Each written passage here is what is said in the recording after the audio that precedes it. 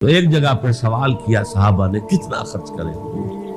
فرمایا قل العفو، کہہ تو جو بھی ضرورت سے زائد دے ڈالو، don't accumulate, don't retain any thing. ایک بات آپ سے کہوں، آپ کچھ چونک جائیں گے، حضور نے کبھی زکوٰۃ دی، کبھی نصاب کے بقدر پیسہ آپ کے پاس جمع ہوا کہ آپ پر زکوٰۃ واجب ہوتی؟ ایسی عجیب بات ہے۔ ارکان دین میں سے ایک رکن سرے سے غائب، کبھی آپ نے مال رکھا ہی نہیں۔